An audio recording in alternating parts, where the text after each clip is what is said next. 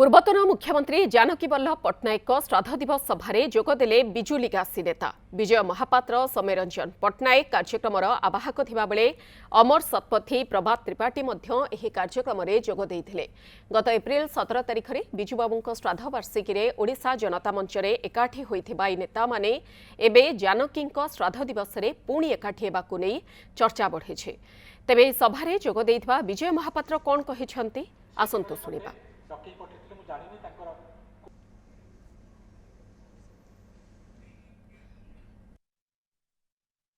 जानकी आज हूँ पुण्यतिथि 1980 मसीह प्रथम जानकी आसिले ओडिशा मुख्यमंत्री जानकी वल्लभ पट्टनायक बोधे एकमात्र मुख्यमंत्री हे जे विधानसभा विरोधी दल को एक अप्रासंगिक भाविबा बोधे प्रथम व्यक्ति सी जे प्रासंगिकता अच्छे विरोधी दल गणतंत्र से मूलदुआ या जानकी वल्लभ पट्टनायक ही स्वीकार कर निज कार्यकाल भितर प्रमाण कर देखी सब व्यक्ति विशेष को मोर अनुरोध आगामी पीढ़ी पाखे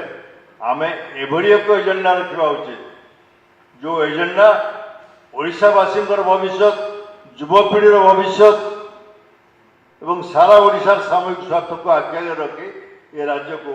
आगे नहीं पारिबो ताहले से प्रज्ञा पुरुषों पाखे आमर श्रेष्ठ श्रद्धांजलि आम अर्पण करें।